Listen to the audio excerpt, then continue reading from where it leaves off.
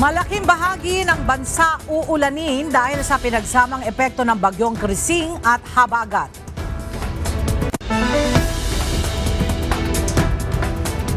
Mga baybayin sa Isabela at Cagayan pinag-iingat sa banta ng storm surge dahil sa bagyong Krising.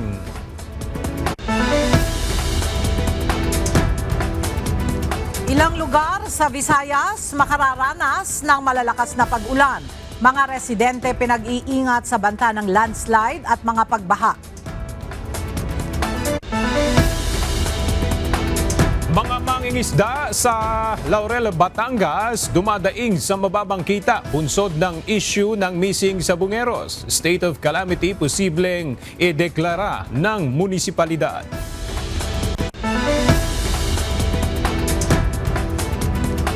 Office of the Vice President tiniyak na magpapatuloy ang libreng sakay programa hanggang sa matapos ang termino ni VP Sara Duterte.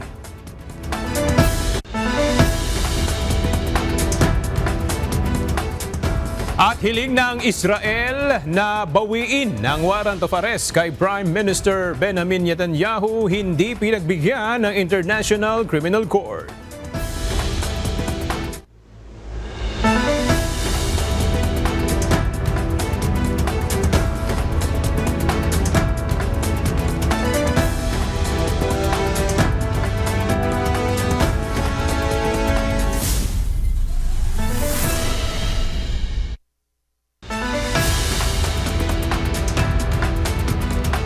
Magandang tanghali mga kasangbahay. Ngayon po ay araw ng Huwebes, July 17, 2025. Tayo po ay sabayang napapakinggan sa Radyo La Verdad 1350, ang UNTV Radio. At una sa mga balita ngayong tanghali. Inihayag ng Department of Justice o DOJ na may 3 bangkay sa isang lugar sa Batangas ang kanilang pinahukay kahapon. Parte pa rin ito ng paghahanap sa mga nawawalang sabungero. Ang detalye sa report ni Dante Amento. Ipinahayag ni Justice Secretary Crispin Rimulya na ipinahukay nila ang 3 bangkay sa isang lugar sa Batangas. Kaugnay pa rin ito sa paghahanap sa labi ng mga nawawalang sabungero. Anya, nais nilang matukoy kung sino ang mga ito matapos maibalitang inilibing ang mga labi dahil walang kaanak na kumuha sa mga ito. May nahanap sa isang parte ng Batangas na hindi na-claim, 3 tao to. Inaasahang kukunan ang mga bangkay ng DNA samples para sa cross-matching sa mga kaanak ng mga nawawalang sabungero. Because we have to find out who these people are. They were never claimed. But we are setting up the DNA bank that we need to set up because precisely of those people who are missing. Yung mga disappearances ng mga tao, dapat yan, masolve yan eh. Dagdag pa ni Rimulya, patuloy na pinag-aaralan ng mga otoridad ang posibleng pagsasampa ng mga kaso laban sa mga posibleng sangkot sa krimen. Samantala, muling nanawagan ang DOJ sa pamahalaan ng Japan na tulungan sila sa pagbibigay ng equipment para sa search and retrieval operations, gayon din sa DNA testing ng mga natagpuang buto sa Taal Lake. Dante Amento, UNTV, News and Rescue. Diyos ang aming sandigan, serbisyo publiko ang aming pinahahalagahan.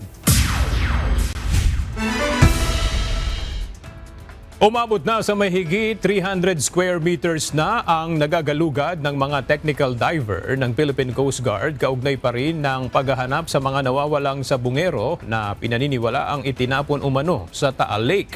Katuwang din sa paghahanap sa mga nawawalang sabungero ang Remotely Operated Vehicle o ROV ng PCG. Narito ang report ni Benedict Samson.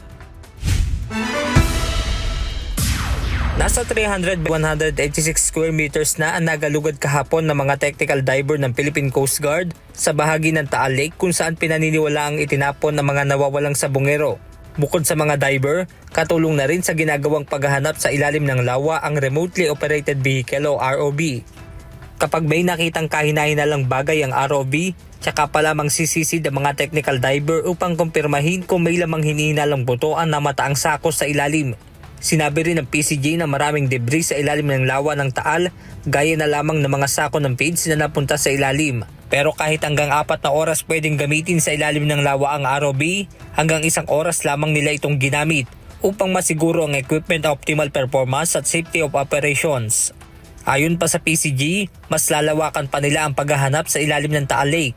Sa ika-6 na araw ng paghahanap, wala pa rin nakita ang mga otoridad sa ilalim ng lawa. Benedict Samson, UNTV News and Rescue.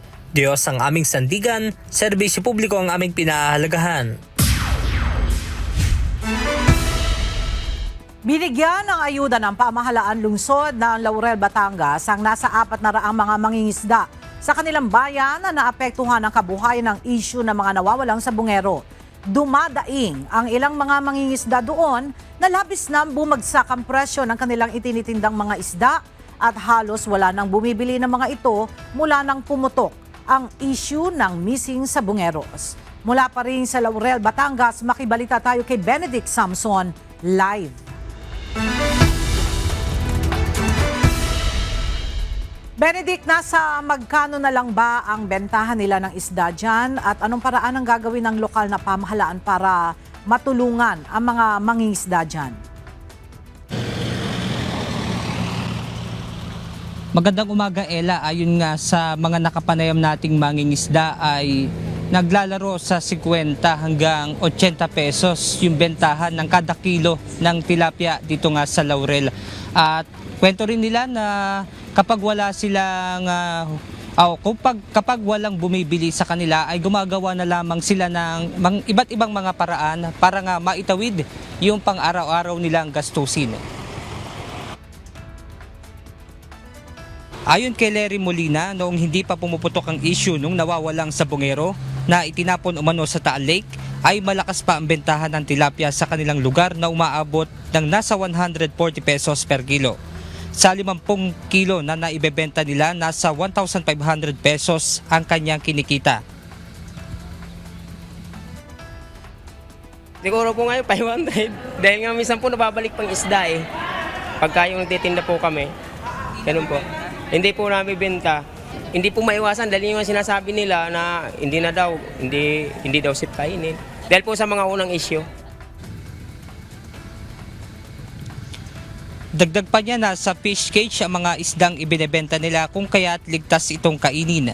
Kanina naman, Ella, nasa mahigit 400 mangingisda sa bayan ng Laurel, Batangas ang binigyan ng relief goods. Kabilang sa natanggap na mga ito ang nasa 5 kilo ng bigas at delata. Samantala, pinag-aaralan din ng lokal na pamahalaan ng Laurel na isailalim sa state of calamity ang kanilang bayan.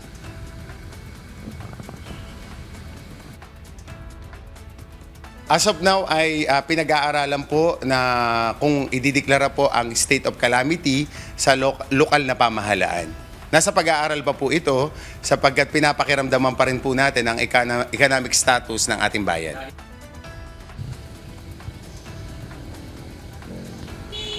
Ella, kaugnay naman itong isinasagawang search and retrieval operation ng Philippine Coast Guard ay kinumpirma nga ng Philippine Coast Guard na natapos na kahapon itong isinasagawang paggalugad sa first quadrant ng Taal Lake.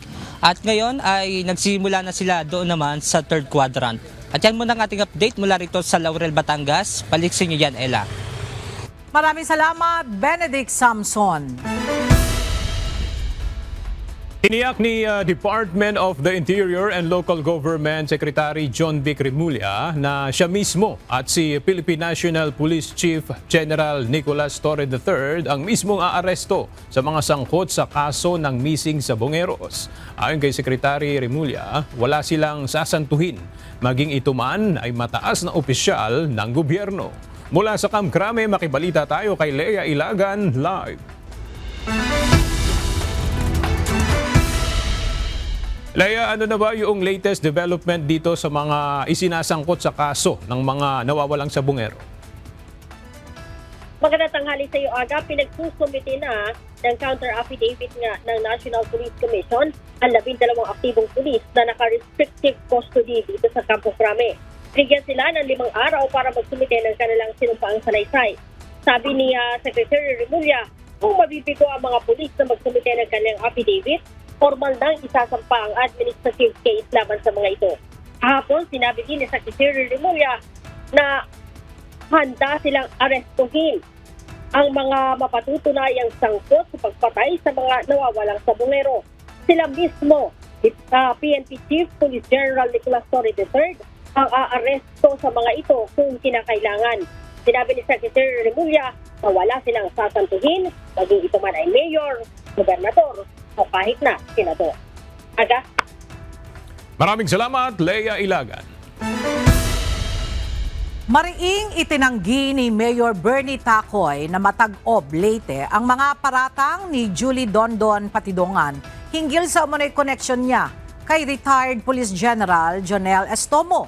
Giit ni Tacoy, wala siyang direktang ugnayan o negosyo kasama sa Estomo at wala siyang personal na kaalaman sa anumang pagkakasangkot nito sa game foul business. Bagamat inamin ni Tacoy na ilang beses niyang nakita si Patidongan sa farm ni Charlie Atong Ang sa Batangas at nakilala lamang bilang caretaker noon, nababahala siya na nadawit ang kanyang pangalan sa issue.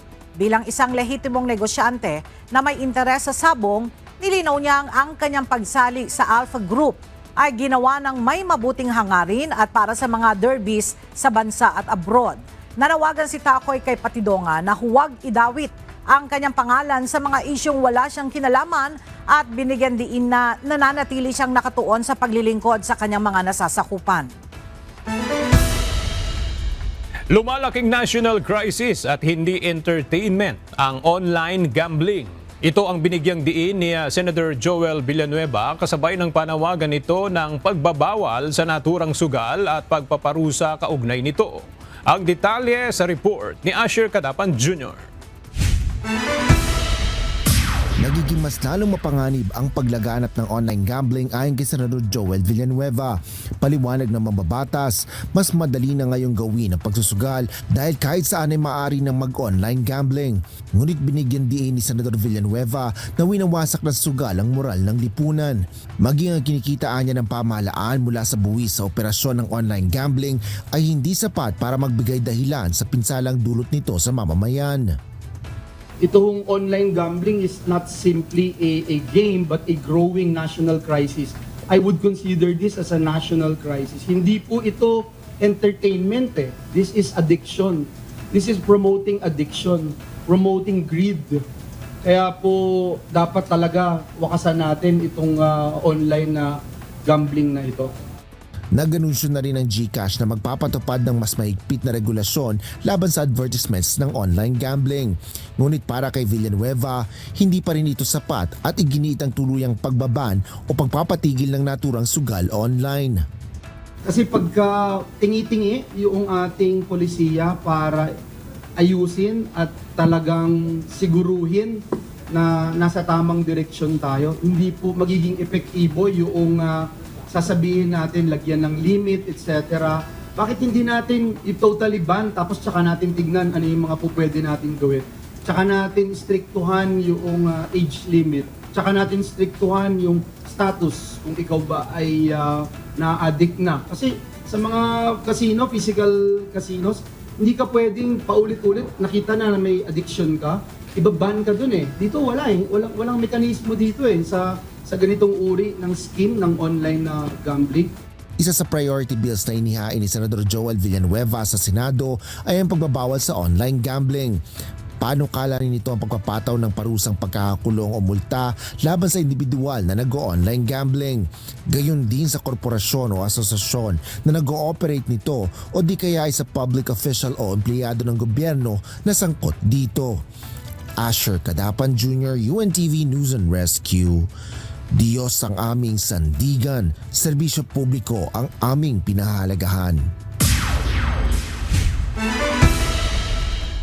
Muling binigyan diin ang Office of the Vice President na handa si VP Sara Duterte na harapin ang impeachment trial upang ipagtanggol ang kanyang sarili mula sa mga paratang laban sa kanya. Kaugnay ito ng kamakailang SWS survey na 66% ng mga Pilipino ang sumasang-ayon na dapat harapin ng Vice Presidente ang impeachment. Narito ang report ni Jed Naresina. Makakatipid ng milyong-milyong pondo ng bayan ang gobyerno sakaling paboran ng Korte Suprema ang mga petisyong humihiling na ibasura ang impeachment case laban kay Vice President Sara Duterte. Ito ang inihayag kahapon ni Office of the Vice President spokesperson Attorney Ruth Castelo sa kanyang pagharap sa media. Kaugnay nito, nauna nang inatasan ng Korte Suprema ang Senado at House of Representatives na magkomento at magsumite ng impormasyon hinggil sa impeachment trial ng Vice Presidente.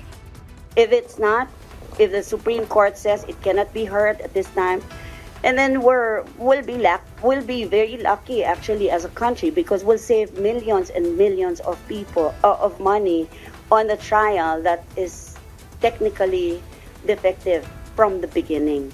Bukod dito, ayon kay Atty. Castelo, nag-aantay ang kampo ni VP Duterte sa magiging desisyon ng korte para sa susunod nilang hakbang sa nalalapit na impeachment trial. If the Supreme Court says there is no need because should be dismissed on for technical reasons or whatever reason that the court gives, if it's for the impeachment trial, that is fine. The Vice President is ready. Binigyang diin din ng tagapagsalita ng OVP na mas maraming issue na dapat paglaanan ng resources ang gobyerno kaysa sa paggastusan pa ang nasabing trial. So, okay lang na kung hindi talaga dapat na ituloy, tama lang rin naman, huwag tayong magsayang ng resources ng bansa. Mas marami tayong kailangan na pagkagastahan kesa sa trial na matetechnical rin sa dulo. Ngunit sa kabila nito, binanggit ni Atty. Castelo na ready and eager ang pangalawang Pangulo na harapin ang impeachment trial upang malinis ang kanyang pangalan mula sa iba't ibang issue at alegasyong ibinabato sa kanya. Jed Meresina, UNTV News and Rescue. Diyos ang aming sandigan, serbisyo publiko ang aming pinahahalagahan. Ipinaubaya na ng isang kongresista sa Senate Impeachment Court ang timeline sa impeachment trial. Ito ay matapos ipahayag ni Senator Joel Villanueva na posibleng isang linggo pa matapos magbukas ang 20th Congress sa July 28, magre-reconvene ang Senate Impeachment Court. Mula sa House of Representatives, may report si Rosa Licoz live. Rosalie, anong reaksyon ng mga kongresista sa panibagong pagkausod ng schedule ng impeachment trial? Aga muling iginiit ni Lanao del Sur 1st District Representative Sia Alonto Adjong na nirerespeto niya yung timeline ng Senado kaugnay ng impeachment trial ni Vice President Sara Duterte. Ito ay matapos ipahayag ni Senator Joel Villanueva na posibleng sa August 4 na magreconvene ang Senate Impeachment Court. Ayon sa Senador, inaasahang maghihintay ng isang linggo matapos magbukas ang sesyon ng 20th Congress sa July 28 para i-organize ang Senado, gayon din ang House of Representatives. Pero giit ni Congressman Adjong, mahigit 5 buwan na silang naghihintay sa Senate Impeachment Court. At dagdag pa nito, nasa kapangyarihan talaga ng Senado yung paglalatag ng schedule ng impeachment trial. Handa rin anya ang Kamara na sundin ang order ng Senate Impeachment Court. Samantala, naglabas na rin ang pahayag ang University of the Philippines Diliman University Council para manawagan sa Senado na umpisahan na ang impeachment trial ni VP Sara. Gate ng grupo, dapat gampanan ng Senado ang tungkulin nito, umpisahan na ang paglilitis at hayaang maihayag sa publiko ang katotohanan sa likod ng mga aligasyon laban sa Vice Presidente. Balik sa iyo, Aga. Maraming salamat, Rosa Licoz. Walang problema para kay Senator Ronald Bato de la Rosa ang planong pagko-convene ng impeachment court sa August 4 alinsunod sa napagkasunduan umano ng ilang senador. Ngunit, igigiit pa rin niya ang paghahain ng mosyon para talakayin ang jurisdiksyon sa impeachment case ni Vice President Sara Duterte. Mula sa Senado, narito ang report ni Asher Cadapan Jr. live. Asher, may sapat na bang suporta si Senator Bato sa plano niyang paghahain ng mosyon? Wala pang kinukumpirma si Senador Ronald Bato de la Rosa kung may iba ng mga senador na sumusuporta doon sa kanyang planong paghahain ng mosyon na layong talakayin ang issue ng jurisdiksyon sa impeachment case ni Vice President Sara Duterte. Ayon kay Senador Bato de la Rosa, sa pagsisimula ng Senado sa 20th Congress ay tatayo muna ang mga miyembro ng upper chamber bilang mga senador at hindi agad diretsong senator judges ng impeachment court. Sa unang araw ng sesyon sa July 28, isasagawa muna ang ceremonial opening ng Senado kung saan ihahalal ang Senate President. Kasunod dito ang pagtatalaga ng committee chairmanship at mga inihaing panukala ng bagong hanay ng mga senador. Sa dami ng dapat gawin na una nang inihayag ni Senador Joel Villanueva na 4 hanggang 6 na senador na ang sumang-ayon sa isang hindi formal na pag-uusap na sa August 4 pa magko-convene ang impeachment court. Hindi naman tutol si De La Rosa dito. Wala akong problema sa dates. I can go with any date that they want, but sabi ko nga lang, before we start to convene the impeachment court of the 20th Congress, ay i-bring up ko muna sa plenaryo ng Senado yung issue on jurisdiction. I-expect ninyo yan.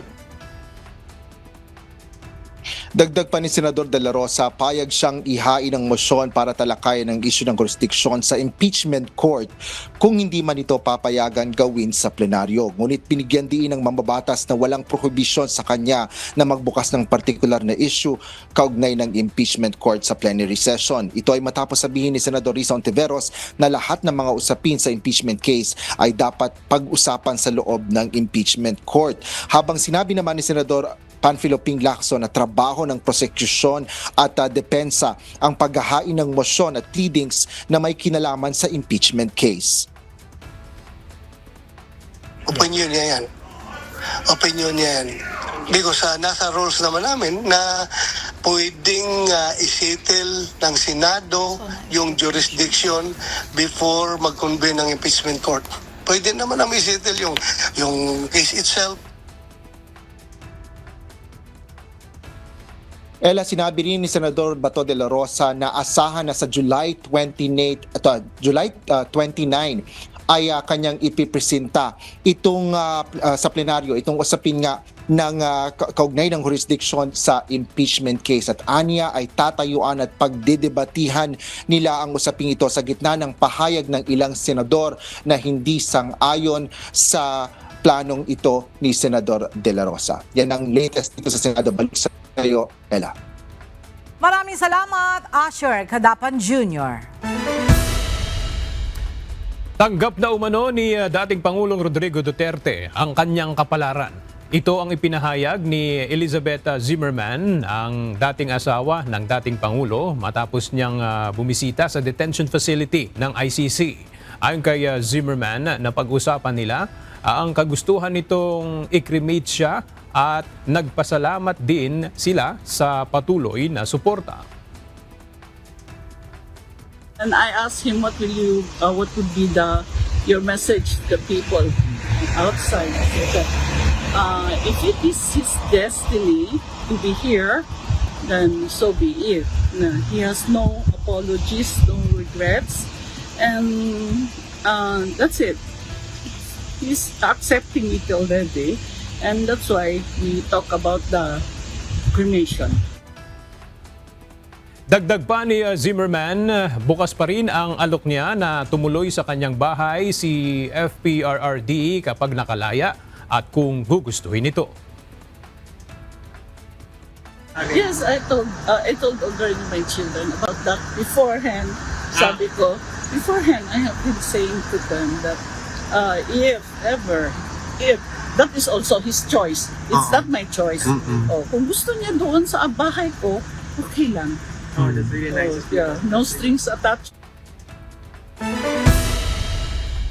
Tiniyak ng Office of the Vice President na magpapatuloy ang operasyon ng kanilang libreng sakay program. Sa ngayon ay mayroong 9 na bus ang nakadeploy sa ilalim ng libreng sakay program ng OVP. Mula sa Makati City, ang detalye sa report ni Jed Naresina, live.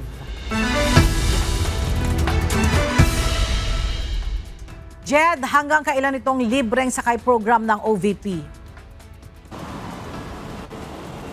Magandang tanghali, Ella. Sa panayam kaninang umaga kay Office of the Vice President spokesperson Atty. Ruth Castelo, sinabi nito na magpapatuloy yung libreng sakay program ng kanilang tanggapan hanggang sa huling araw ng termino ni Vice President Sara Duterte.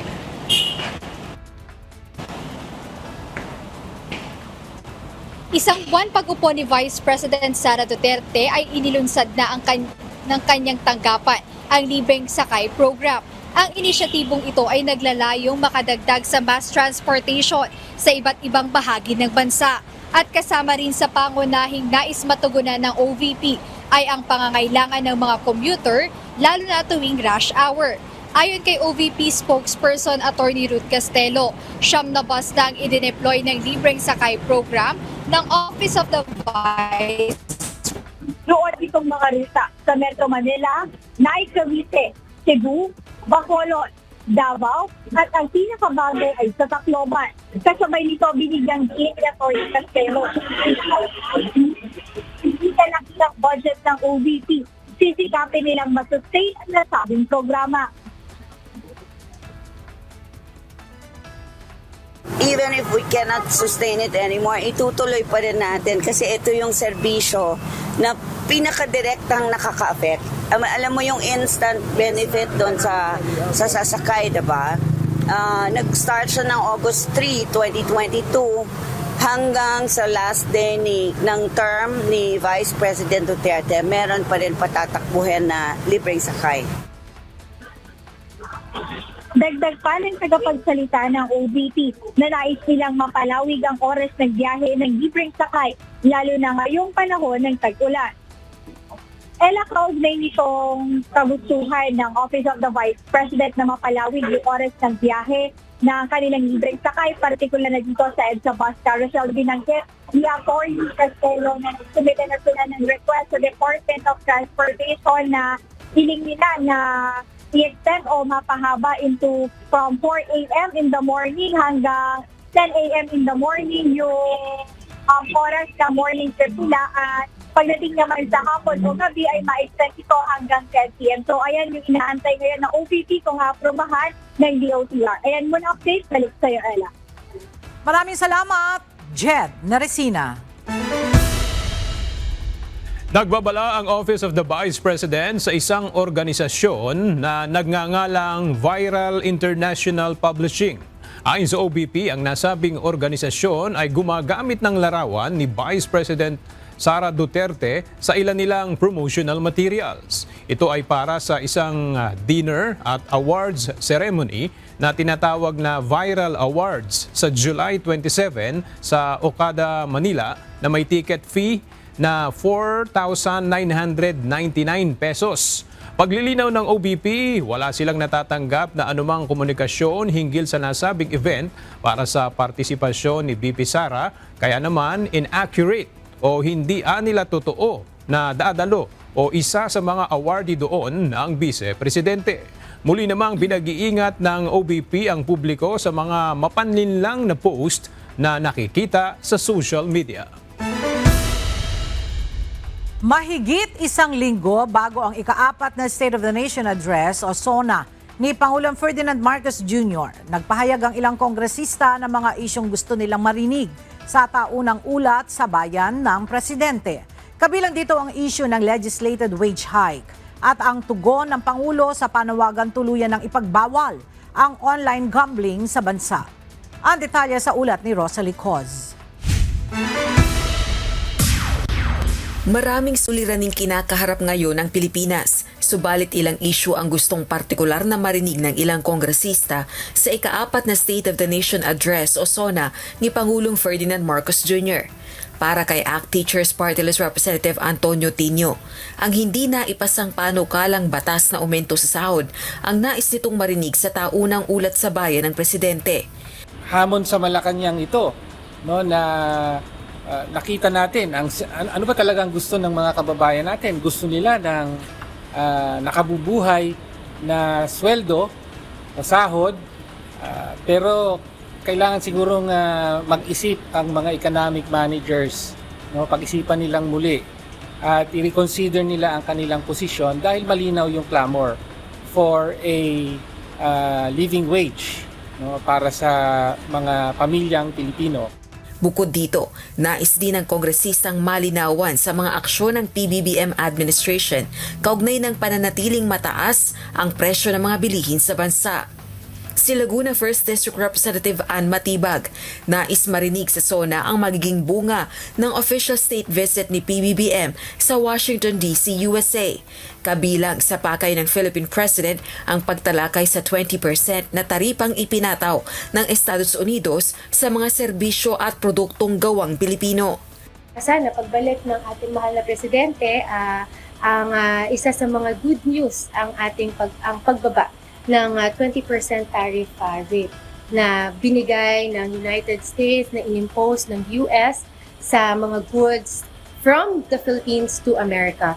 Kung si Lanao del Sur 1st District Representative Sia Alonto Adjong naman ang tatanungin, gusto nitong malaman ang posisyon ng presidente sa mga panawagang tuluyan ng ipagbawal ang online gambling. Malakian niya ang epekto ng online sugal lalo na sa mga kabataan.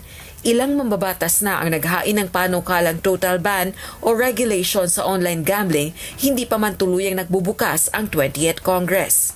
So I would like to know the clear direction of this administration when it comes to regulating this kind of industry, emerging industry.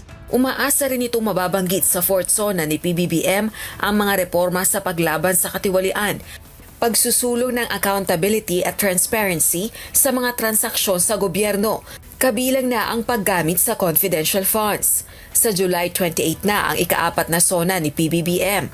Bago ito, nagsagawa ng final interagency meeting ang mga opisyal ng Office of the President, House of Representatives at Senate of the Philippines sa Malacanang noong July 15, araw ng Martes. Kabilang sa mga napag-usapan ng mga plano kaugnay ng pagtitiyak ng seguridad, traffic rerouting at contingency measures. Rosa Licoz, UNTV News and Rescue. Diyos ang aming sandigan, serbisyo publiko ang aming pinahahalagahan. Kinumpirma ng Korte Suprema na nakatanggap ng mga banta o online threats sa pamamagitan ng email laban sa kanilang judges sa Pasig City Regional Trial Court. Ang korteng ito ang may hawak sa kaso ng ilang high-profile accused tulad nina KOJC leader Apollo Kibuloy at dating Bamban Mayor Alice Guo. Ayon kay Supreme Court spokesperson Attorney Camille Ting, mayroon nang isinasagawang investigasyon hinggil dito. Gayon din ang security measure ay nakalatag na para matiyak ang kaligtasan ng mga huwes, court personnel, court users at ang publiko. Ligtas nang nakauwi ng Pilipinas ang 8 tripulanteng nasagip mula sa lumubog na barko sa Red Sea matapos salakayin ng mga rebeldeng Houthi. Samantala, tiniyak naman ng Department of Foreign Affairs at Department of Migrant Workers na patuloy ang paghahanap sa 13 tripulanteng hindi pa rin natutunton hanggang ngayon. Ang detalye sa report ni Ivan Alvarez. Pasado alas 9 kagabi nang makalapag sa Ninoy Aquino International Airport Terminal 1 ang eroplanong lulan ang 8 tripulanteng naligtas sa Red Sea. Sila ang mga marino na nasagip mula sa Greek managed bulk carrier na MV Eternity Sea matapos 2 beses na lusubin ng mga militanteng Houthi noong nakaraang July 7 at 8. Ayon kay Migrant Workers Secretary Hans Leo Kakdak, sa kabila ng pinagdaanan ay maayos ang kalagayan ng mga ito.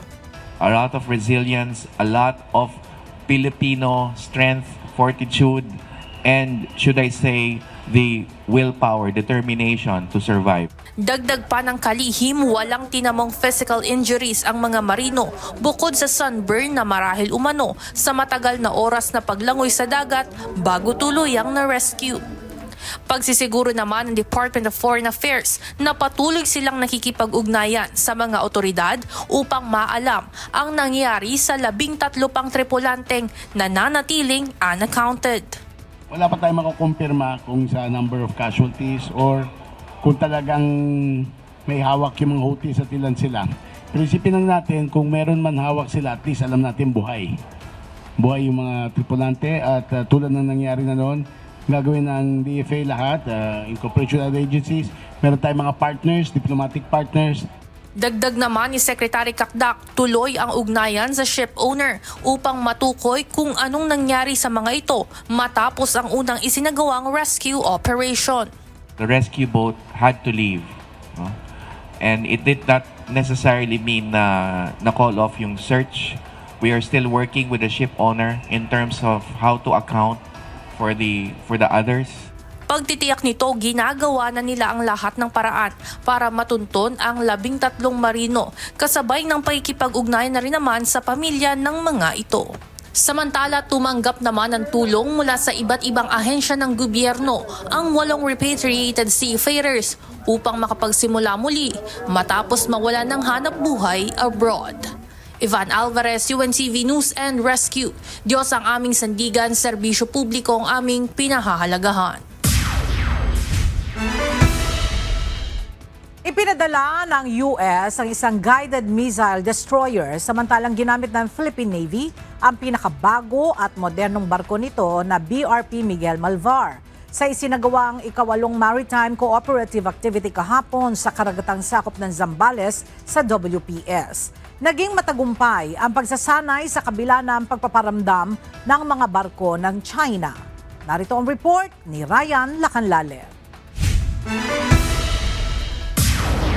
Ngayon ay lumalab na itong AW109 ng Philippine Navy dito sa BRP Miguel Malvar habang naka-diamond formation itong mga barko ng Pilipinas at Estados Unidos. Dito sa aming likuran yung US guided missile at nasa gilid naman yung 2 barko ng Philippine Coast Guard.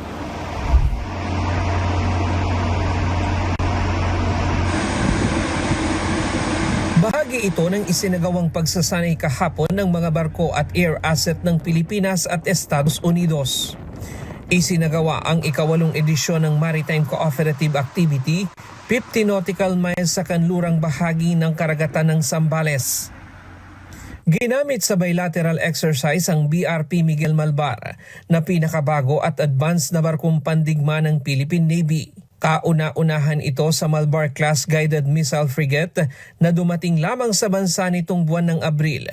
Pero ito na ang ikatlong paglahok nito sa MCA. Kasama rin sa ginamit ang 2 PCG vessel, ang BRP Cabra at BRP Suluan. Samantala, ipinadala naman ng Estados Unidos ang US Curtis Wilbur, isang Arleigh Burke-class guided missile destroyer ng United States Navy, at iba pang air assets. Ginamit ng Pilipinas ang isang AW109 helicopter at Cessna 208B Grand Caravan. Kung dati nag-o-observe lamang ang mga barko ng PCG sa MCA, ngayon ay kasama na sila sa isang main activity. Ang senaryo, isang barko ng kalaban ang pumasok sa teritoryo ng Pilipinas kaya nagsagawa ng visit search and seizures ang isang barko ng PCG. Yung activity natin with the Philippine Coast Guard is very important because every time na mag-operate ang Coast Guard natin, we always support yung law enforcement activities ng Coast Guard.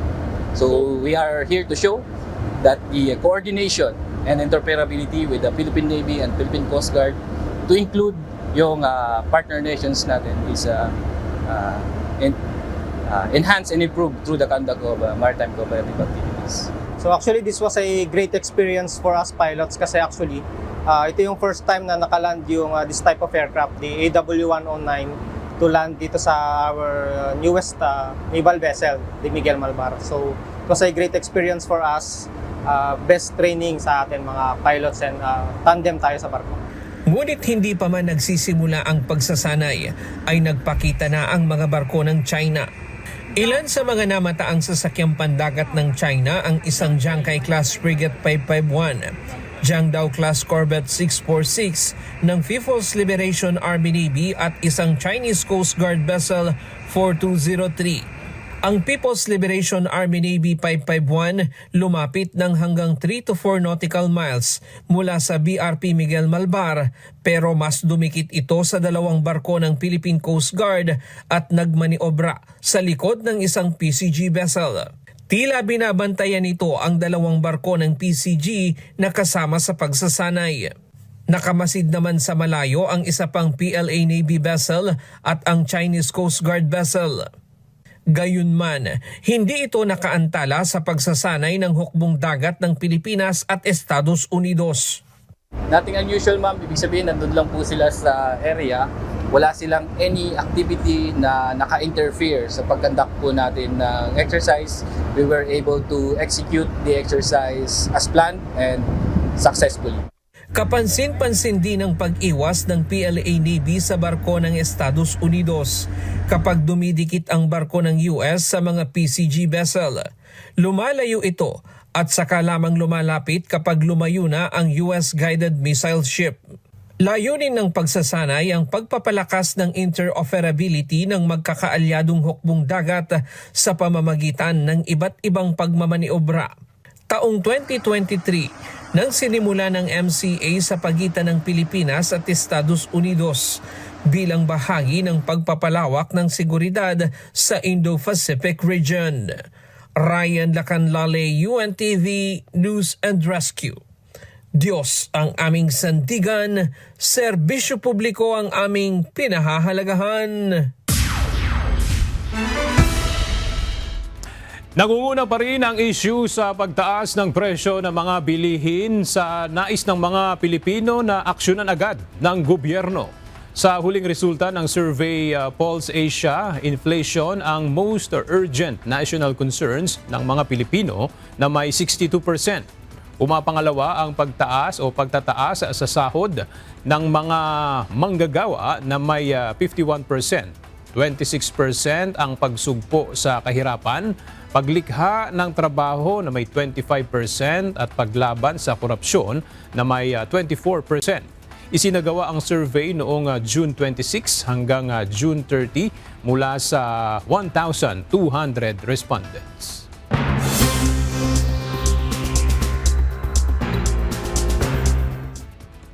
Sa kapapasok lamang na balita, nagtalaga na ng mga bagong opisyal ng Energy Regulatory Commission o ERC si Pangulong Ferdinand Marcos Jr.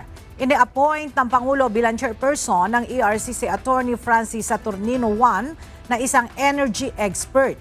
Papalitan niya ang nagbitiw sa pwesto na si Mona Lisa Di Malanta.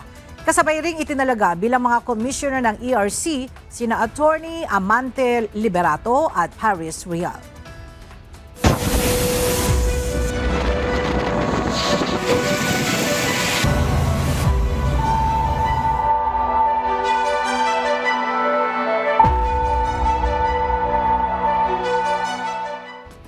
Pinag-iingat ngayon ng National Disaster Risk Reduction and Management Council o NDRRMC ang ilang mga lugar sa Visayas Region sa banta ng malalakas na pag-ulan.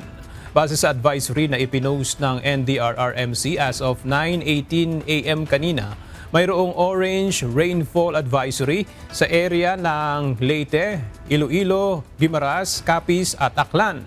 Habang red rainfall warning naman ang nakataas sa area ng Antique. Bunsod nito, asahan na ang matinding mga pag-ulan at posibilidad ng pagbaha at pagguho ng lupa. Pinapayuhan ng lahat na maging alerto at agad na lumikas kung kinakailangan. Nagpalabas ngayon ng storm surge warning ang Pag-asa Weather State Bureau kaugnay sa bagyong Krising. Base sa latest advisory ng Pag-asa na inilabas kaninang alas 8 ng umaga, asahan na nila ang minimal to moderate risk ng daluyong o storm surge sa ilang mga lugar sa Cagayan at Isabela. Ayon sa mga eksperto, inaasahang aabot sa 1 hanggang 2 metro ang taas ng mga alon, kaya naman pinag-iingat ang mga residente lalo na ang mga naninirahan sa baybaying dagat. Pinapayuhan din ang mga nasa apektadong lugar na kanselahin muna ang lahat ng uri ng marine activities upang makaiwas sa anumang aksidente.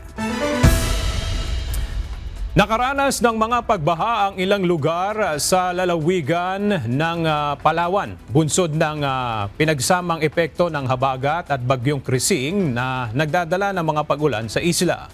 Sa ngayon ay nakahanda na ang mga kawani ng Local Disaster Risk Reduction and Management Office sakaling kailanganin na ilikas ang mga residente. Mula sa Puerto Princesa, Palawan, may report si Andy Pagayona live.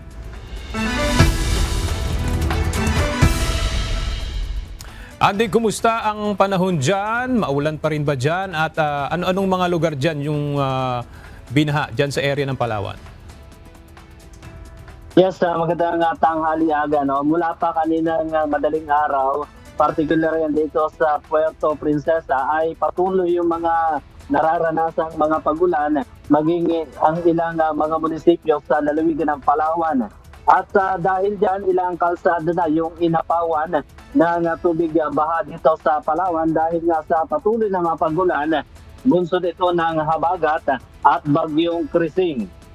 Kabilang na rito ang bayan ng San Vicente, Palawan na nakaranas ng pagbaha. Sa mga larawang ibinahagi ni Sheila Lanat at Christy Gutierrez, makikita ang pahirapang pagtawid ng mga residente ng new site sa Barangay Karuray sa bayan ng San Vicente, Palawan. Dahil sa mga kalsada, ang mga ito ay pawang mga guro na tumatawid sa lugar patungo sa kanilang mga paaralan sa Karuray National High School. Pinapawan din ng tubig baha ang bahagi ng Barangay Calundanom sa bayan ng Aborlan, Palawan, bunsod ng mga pagulan mula pa kahapon. Dahil dito, maraming bayan sa lalawigan ang nagkansela ng mga klase sa mga publikong paaralan at pribadong eskwelahan. Samantala, nagpaalala naman ang mga lokal na pamahalaan sa kanilang mga residente na maging alerto at magbantay sa lagay ng panahon. Aga mula pa kaninang umaga ay naka-blue alert status na ang Emergency Operation Center ng pamahalang panlalawigan dahil sa epekto ng habagat at bagyong Krising. Yan muna ang ating update mula dito sa Puerto Princesa City, Palawan. Balik sa iyo, Aga. Maraming salamat, Andy Pagayona. Pinaghahanda na ng provincial government officials ng Albay ang lahat ng municipal at barangay disaster risk reduction and management offices sa buong lalawigan sa posibleng maging epekto ng bagyong Krising. Habang ang Philippine Coast Guard o PCG Catanduanes nagbigay na rin ng babala sa mga mangingisda na huwag nang pumalaot upang maiwasan ang maritime accident ngayong may banta ng bagyo. Para sa detalye, makibalita tayo kay Jerry Galicia live.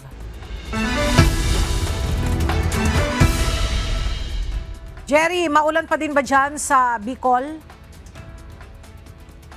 Yes, Ella, nakakaranas pa rin ng mahina hanggang malakas na buhos ng ulan dito sa Bicol Region. Particular dito sa Masbate, dala nga ng bagyong sama ng panahon na dulot ng bagyong Krising na pinapalakas pa ng habagat. Sa Albay, isang advisory na ang inilabas ng Albay Provincial Disaster Risk Reduction and Management Office, Albay Public Safety and Emergency Management Office, kaugnay sa kahandaang gagawin sa posibleng pagiging epekto ng bagyong Krising sa buong lalawigan. Nauna narito ang face-to-face class suspension sa lahat ng antas ng pampubliko at pribadong paaralan.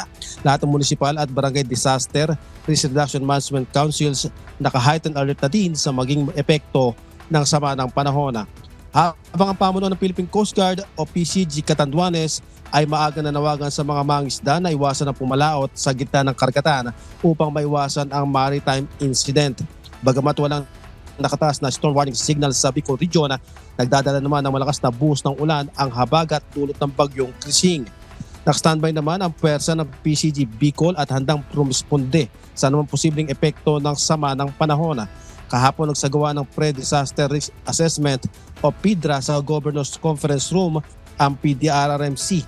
Tiniyak ng Department of Social Welfare and Development o DSWD at PSWDO na may nakareposisyon na mga food packs para sa mga maapekto ang pamilya at kung may tatalang stranded passengers. Maging ang mga heavy equipment ng probinsya ay nakahanda para sa clearing operations o kung may pagguho ng lupa. Naka-activate naman ang free wifi ng LGU na kinumpirma naman ng DICT. Nagpaalala naman ang Virac Water District sa publiko na mag-ibak ng tubig bagamat may sapat at malinis na supply ng tubig sa ngayon. Tiniyak ng mga ahensya ng gobyerno na mahigpit ang kanilang ginagawang monitoring sa lagay ng panahon para sa agarang pagtugon kung may mga ngailangan. Sa Albay, mahigpit na pinagbabawal ng Albay Public Safety and Management Office o APSEMO ang pagtawid sa ilog kung may insidente ng pagbaha. Pati ito sinilabas na advisory ng PDRMC APSEMO sa naranasang malakas na buhos ng ulan na posibleng magdulot ng pagbaha, pag-apaw ng ilog at landslide. Inaatasan din ang lahat ng municipal at barangay DRRMC na manatiling alerto na makipag-ugnayan agad. Pinaiwasan din ang unnecessary travel lalo na sa mga flood-prone na mga kalsada malapit sa mga ilog at manatiling nakabantay sa mga official updates para sa mapaalala ng Pag-asa at ng local authorities. Yan ang balita, balik sa iyo, Ella. Maraming salamat, Jerry Galicia. Kansilado ngayon ang ilang flights sa Bicol bunsod ng masamang lagay ng panahon. Base sa advisory na inilabas ng Civil Aviation Authority of the Philippines o CAAP, bagaman fully operational ang mga airport sa Bicol, kansilado muna ang balikang flight na Clark to Masbate at Masbate to Clark. Gayon din ang balikang flight ng Manila to Naga na DG6113 at DG6114. Pinapayuhan ang mga pasahero na apektado ng canceled flights na makipag-ugnayan sa airline company para sa rebooking o refund ng kanilang tickets. Samantala, inalerto na rin ng CAAP ang nasa 44 na mga airport sa bansa bunsod ng inaasahang epekto ng bagyong Krising. Ayon sa ahensya, inatasan na nila ang lahat ng area at airport managers ng mga paliparan na nasa ilalim ng kanilang pamamahala na i-activate ang kanilang emergency plans upang masiguro ang kaligtasan ng mga pasahero. Gayun din ang pag-secure sa mga pasilidad ng paliparan at masiguro ang kahandaan upang maiwasan ang anumang pagkakaantala sa operasyon. Ayon sa CAAP, sa ngayon ay naghahanda na ang mga airport sa Bicol Region kung saan inaasahang makaapekto ang bagyo. Isinailalim na sa Blue Alert ang lahat ng Disaster Response Command Center ng Department of Social Welfare and Development o DSWD kasunod ng pananalasan ng bagyong Krising. Nauna nang ibinaba ng National Disaster Risk Reduction and Management Council o NDRRMC ang kautusan upang itaas mula sa White Alert ay gawing Blue Alert ang lahat ng operasyon bilang paghahanda sa epekto ng bagyo. Patuloy ang pagbabantay ng kagawaran sa sitwasyon sa mga lugar sa bansa. Kasabay ang pagtiyak na agad makararating ang kinakailangang relief assistance sa mga apektadong residente. Posibleng lumakas pa ang bagyong Krising bago maglandfall ang sentro nito sa Cagayan bukas ng gabi. Ayon sa Pag-asa, sa ngayon nakataas na ang signal number 1 sa Hilaga at silangang parte ng Luzon. Para alamin ang latest sa bagyong Krising, narito po ang update mula sa Pag-asa Weather Forecasting Center. Base po sa latest satellite animation ng Pag-asa ay huling namataan ang sentro ni bagyong Krising 470 kilometers east-northeast ng Vera Catanduanes. Taglay pa rin ang lakas na hangin na 55 kilometers per hour malapit dun sa kanyang sentro at may pagbugso hanggang 70 kilometers per hour. At medyo mabilis ang pagkilos nito, 25 kilometers per hour pahilaga, hilagang kanluran. Base po sa ating latest satellite animation, nasa around 300 kilometers po yung radius o yung layo from the center nung kabuuan po ng bagyo. At kitang-kita din dito sa ating latest animation na parang nagko-consolidate po, no? Or nagkukumpulan na yung mga ulap dun sa paligid po nitong si bagyong Krising. Affected po nitong bagyo ang silangang parte po ng Luzon and Visayas. Habang natitirang bahagi ng bansa, kitang-kita rin dito sa ating latest animation yung makakapal na ulap associated naman po sa habagat or sa southwest monsoon na siya nagdadala rin po ng malalakas na mga pag-ulan even sa mga susunod na araw. Base po sa latest track ng Pag-asa, within the next 24 hours, mananatili pa rin po dito sa may silangan ng Luzon over Philippine Sea itong si bagyong Krising. Estimated location bukas ng umaga, 350 kilometers silangan ng Cagayan. And possible din po within today is mag-intensify pa ito as a tropical storm or possible na rin ito magkaroon ng international name habang nandito pa rin po sa mainit na karagatan ng bansa. Pagsapit naman po ng Sabado ng umaga, from bukas ng umaga hanggang Sabado ng umaga, inaasahang nasa may silangan na po ito ng Northern Luzon at inaasahang tatawid na rin po dito sa malaking bahagi pa ng Northern Luzon. At maaaring magkaroon ng landfall pagsapit po ng gabi bukas dito po sa mainland Cagayan at dadaanan din po possibly itong Apayao at saka yung Ilocos Norte. Nung sentro lamang po, no, ang pinag-uusapan natin ay sentro. Pero yung kabuuan po ng bagyo, inuulit natin, nasa 300 kilometers yung radius or around 600 kilometers yung kabuuang lawak o yung diametro.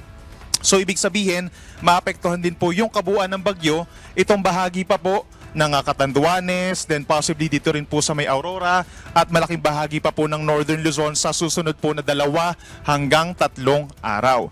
And nakikita rin natin doon sa ating latest track na possible bago siya maglandfall or during the time na nagla-landfall or dumadaan ito sa ating kalupaan ay mag-intensify pa ito as a severe tropical storm o yung katamtaman lakas po ng bagyo at posible rin tayo magtaas pa ng mas mataas pa po na wind signals or babala po sa hangin. Number 2 kapag meron tayong tropical storm, up to number 3 naman kapag meron tayong severe tropical storm. And then inaasahan po natin pagsapit ng linggo ng umaga ay nakatawid na ito dito sa may West Philippine Sea at nakalabas na ng Philippine Area of Responsibility. Morning po yan ng Sunday around 440 kilometers west ng Calayan, Cagayan at patungo na po dito sa may Southern China pagsapit ng early next week. Sa ngayon, ito na po yung mga lugar na merong storm or tropical cyclone wind signal number 1.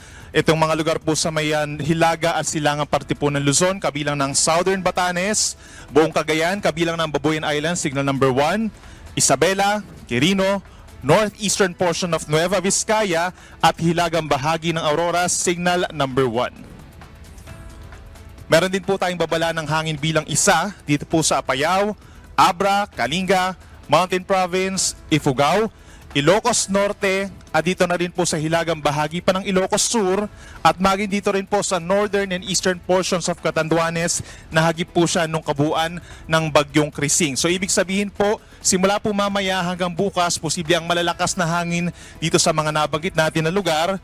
And then, tulad nung nabanggit ko kanina, once na mag-intensify pa as a tropical storm, itong si bagyong Krising, within the next 24 hours, posible tayo magtaas ng wind signal number 2 dito po sa mga areas natin sa may northern Luzon. Worst case scenario up to signal number 3 the moment na magkaroon tayo ng intensification pa as a severe tropical storm itong si bagyong Krising. Ito naman po yung mga naobserbahan nating mga pag-ulan sa nakalipas po na 24 oras. Simula po kahapon ng umaga hanggang ngayong umaga. Yung mapapansin natin ng mga kulay, yung kulay orange at saka po kulay dilaw, associated yan sa mga light to moderate rains in the last 24 hours. Yung ating mga light blue na kulay, associated naman po yan sa mga light rain. So kitang-kita, halos buong bansa po nagkaroon ng mga pag-ulan. But then, kung mapapansin natin yung concentration ng ulan, actually hindi po dito sa may silangang parte, no? For the last 24 hours, yung habagat, yung nagkokos po ng pinakamatitinding ulan, lalo na dito sa may Mimaropa, Western Visayas, Negros Island Region, and Zamboanga Peninsula. Pero ine-expect po natin, simula ngayong araw hanggang bukas, magiging matindi na rin po yung mga pag-ulan natin dito sa may silangang parte ng bansa habang papalapit itong si bagyong Krising dito sa may Luzon. So ito yung ating weather advisory or yung forecast rainfall for 24 hours regarding dito kay bagyong Krising at sa hanging habagat. Kung mapapansin po nila, inuulit natin, hindi tayo dapat magpo-focus lamang dito sa may silangang parte ng Luzon kung saan pinakamalapit yung bagyo. Nandito pa rin yung highest concentration ng mga pag-ulan natin within the next 24 hours dun sa mga lugar na malayo sa bagyo dahil pa rin sa habagat. Pinakamalalakas sa mga pag-ulan natin sa may Occidental Mindoro at dito rin po sa lalawigan ng Antique, possible yung over 200 millimeters na dami ng ulan. Considered po siya as intense to torrential rains kung pag-uusapan po natin ng 24 oras. Equivalent po siya sa minimum of 16 timba. 16 na timbang tubig na standard po ang size per square meter. Ibinuhos po doon sa 1 square meter doon sa mga lalawigan na nabanggit natin sa Occidental Mindoro and Antique hanggang bukas ng tanghali. Simula naman ngayong tanghali hanggang bukas ng tanghali, possible po yung 8 to 16 buckets of water per square meter doon sa mga kulay orange naman po na probinsya. Kabilang na dyan yung Camarines Norte, Camarines Sur, and Catanduanes. Kung ang pag-uusapan natin ay dahil sa bagyong Krising. At yung habagat din, nagkukos din ng ganun karaming ulan sa may Palawan, dito rin sa Iloilo, Guimaras, Negros Occidental. At yung kulay dilaw naman po, ito yung babala na around 50 to 100 millimeters na dami ng ulan. Equivalent po yan sa 4 hanggang 8 timbang tubig per square meter dito sa mga kulay dilaw na probinsya. Kabilang na ang Cagayan, Isabela, Quirino, pababa ng Aurora, Quezon, Albay, Sorsogon, Masbate, Biliran, Northern Samar, Samar and Eastern Samar. Yan po ay dahil kay Bagyong Krising. At dito naman sa kaliwang parte, dahil sa habagat, itong Zambales, Bataan, Metro Manila, possible po lalo na mamayang gabi hanggang bukas ng madaling araw, Cavite, Batangas, Oriental Mindoro, Marinduque, Romblon, Aklan, Capiz, Negros Oriental, Cebu, Siquijor, hanggang dito po sa may Lanao del Norte, Lanao del Sur, and Zamboanga del Norte. Siguro magtataka ibang tao, baka nandito na yung bagyo. Wala po, ito po ay dahil sa habagat na pinalalakas, unti-unting pinalalakas po itong si Bagyong Krising. At yan po ang update mula sa Pag-asa Weather Forecasting Center kaugnay sa Bagyong Krising. Para sa iba pa pong mga development kaugnay sa bagyo, manatili po kayong nakatutok sa mga official social media sites at news program ng UNTV News and Rescue. At sa ating pong iiwang mga salita ng Diyos na ating sandigan mula sa Aklat ng Kawikaan, Kapitulo 12, versikulo 28 na nagsasabi, "Nasa daan ng katwiran ang buhay, at sa kanyang landas ay walang kamatayan." Yan ang mga balitang aming tinutukan at inaksyonan. Dahil sa aming pagbabalita, una ang pagkalinga sa kapwa. UNTV C News, may balita saan mang panig ng daigdig. At dito sa UNTV, Diyos ang aming sandigan, serbisyo publiko ang aming pinahahalagan. Magandang tanghali.